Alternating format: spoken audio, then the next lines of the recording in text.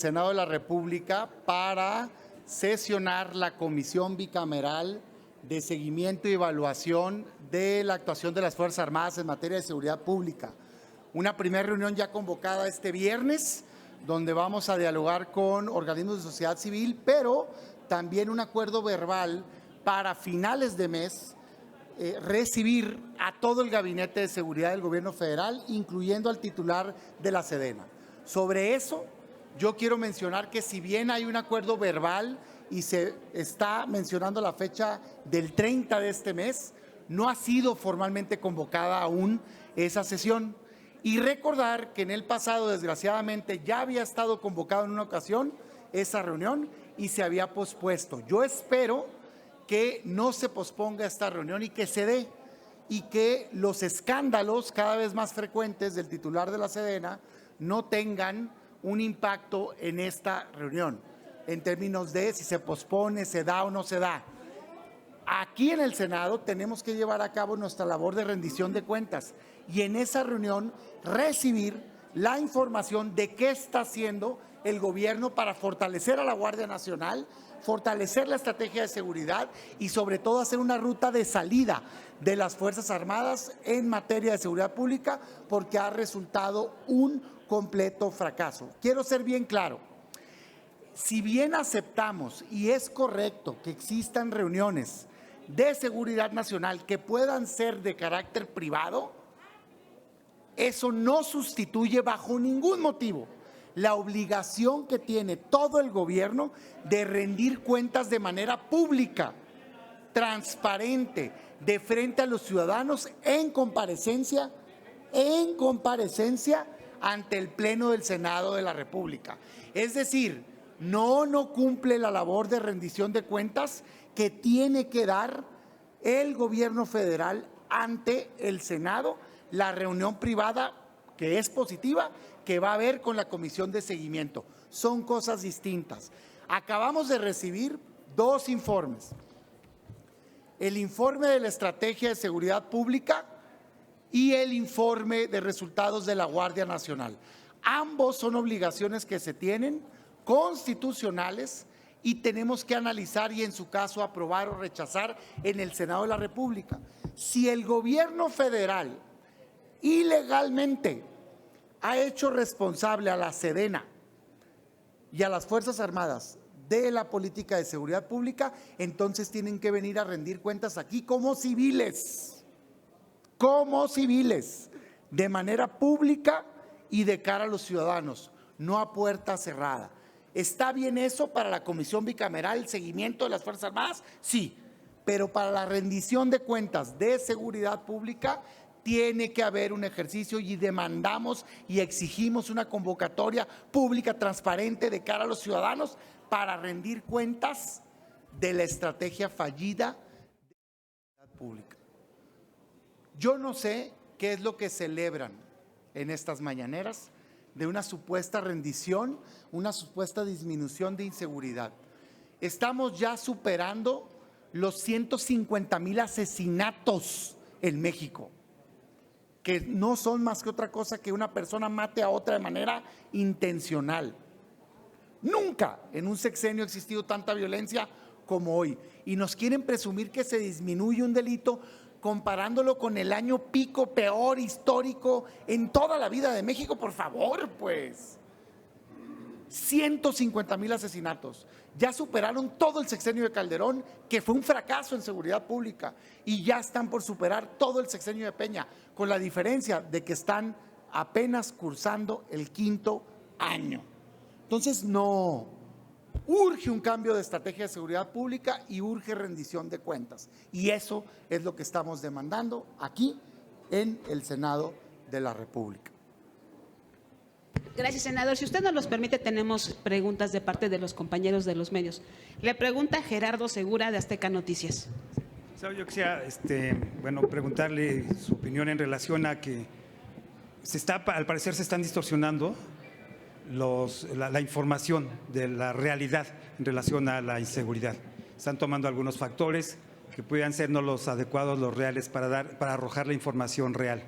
Entonces está distorsionando la información que se está presentando. ¿Qué opinión le merece esto? De eso según especialistas, tengo entendido. A ver, los datos son públicos y ahí están para compararse. ¿Qué hace el gobierno? Manipula el enfoque que le da. Salen y ponen unas tablas y dicen, vean cómo está bajando, porque comparan porcentajes de crecimiento. No, si no te contrató el mexicano para que crezca menos la violencia, te contrató para que le des paz a los mexicanos. Entonces quieren agarrar el pico, el peor año de la historia de México, que fue el 2018, y se ponen de jubilosos porque le ganaron a ese año. Pero ¿saben ustedes que con la misma tabla que presenta el gobierno federal, no hay un solo año adicional al que le ganen? O sea, al único año que han tenido un mejor resultado es con el peor año de la historia de México. Todos los años del gobierno de Andrés Manuel son más violentos que el resto de los años. Todos, no hay un solo año en el sexenio de Calderón, no hay un solo año adicional en el de Peña. Por favor, hombre, ¿de qué estás hablando?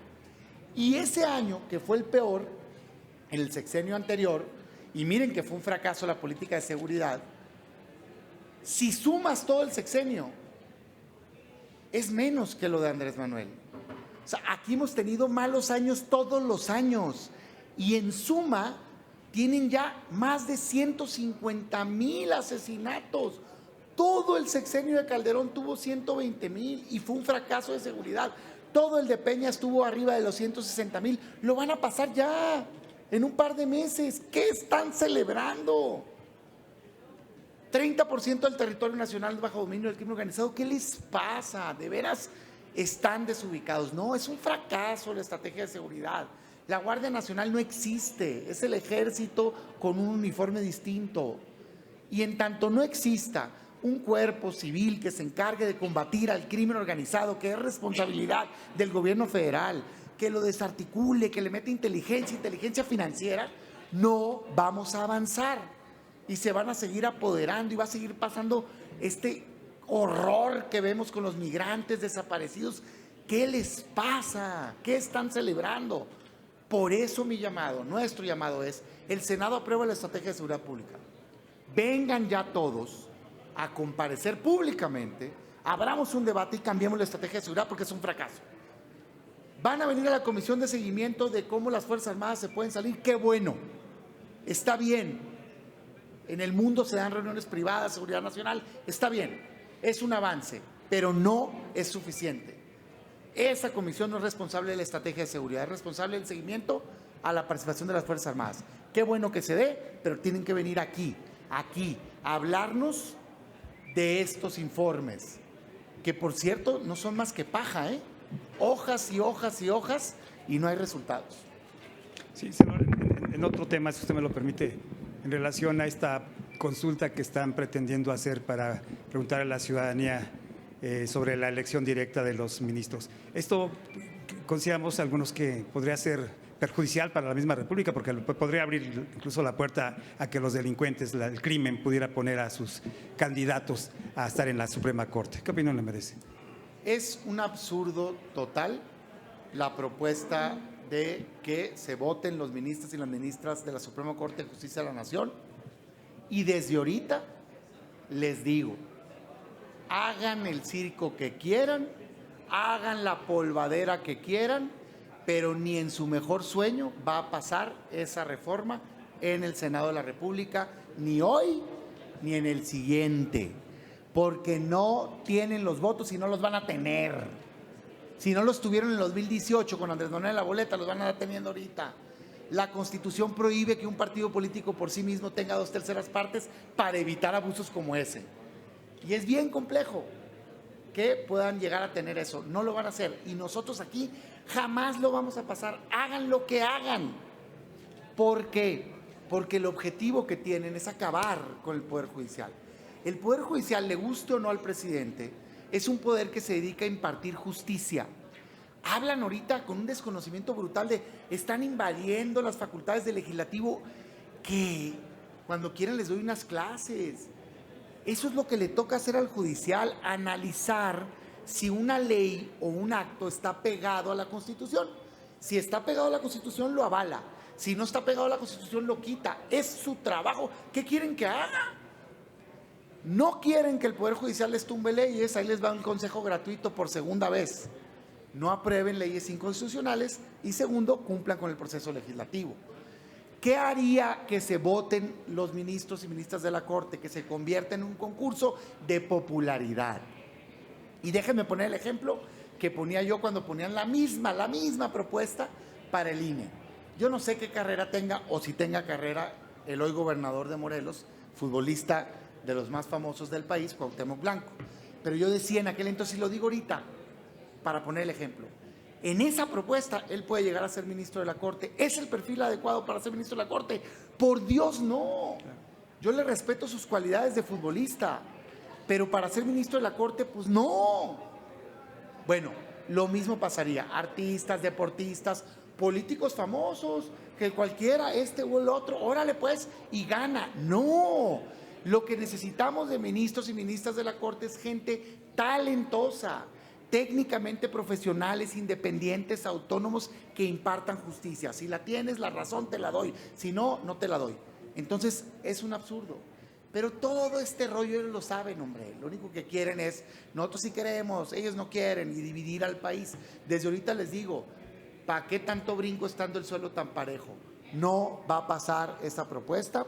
De hecho, ni siquiera procede la consulta popular, porque si no saben, no procede para reformas constitucionales, máxime en temas que tocan los pilares de nuestra república. Está prohibido textualmente en la Constitución.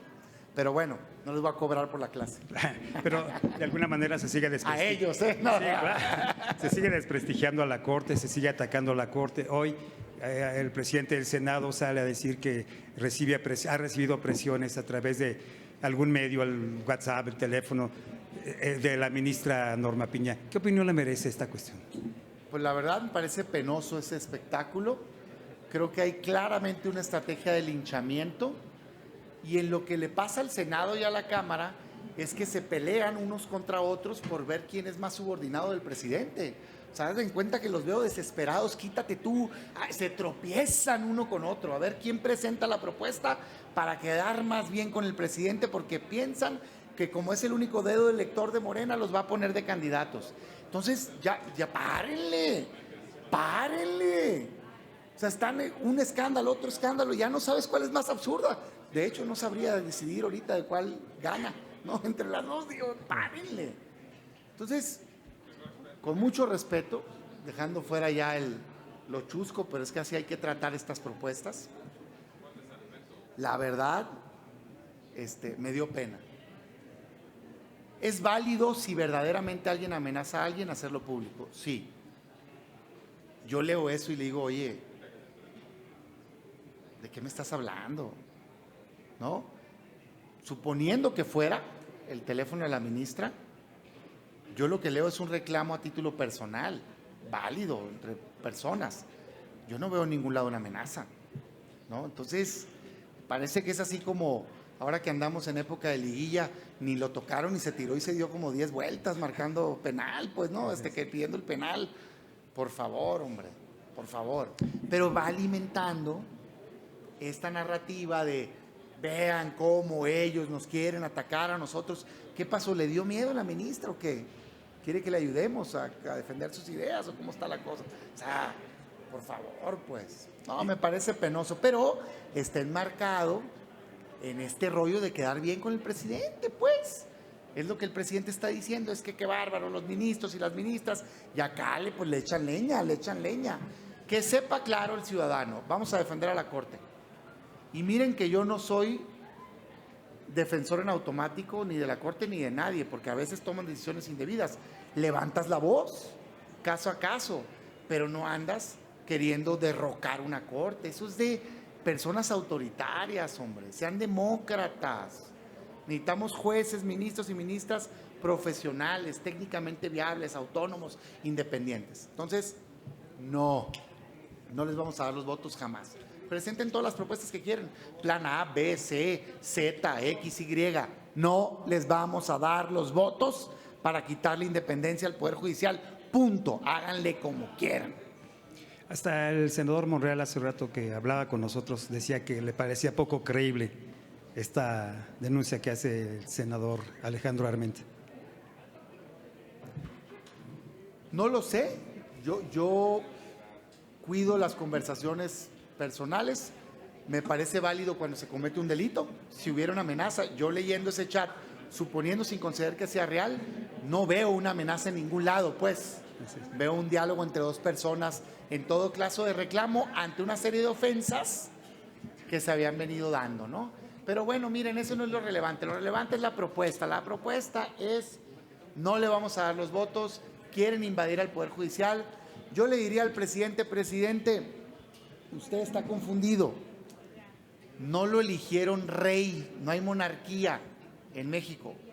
Hay división de poderes, lo eligieron presidente de la República. Actúe como titular del Poder Ejecutivo y respete que hay un Poder Legislativo y un Poder Judicial. Si no lo quiere respetar, aquí vamos a estar para hacerlo respetar. Gracias, senador, qué amable. Mauricio Torres, de Animal Político. Senador, ¿cómo está? Muy buenas tardes. Yo quisiera hacerle dos preguntas siguiendo sobre la Corte y Plan B. Primero, como promotores de la acción de inconstitucionalidad que finalmente derivó en que el primer decreto ya se anulara, ¿saben más o menos cómo están los plazos para la discusión del segundo decreto en la Corte? Y sobre el primero, me regreso, entiendo que se iba a presentar un incidente de aclaración de sentencia para conocer exactamente los efectos que iba a tener la invalidación del primer decreto. Serían esas dos.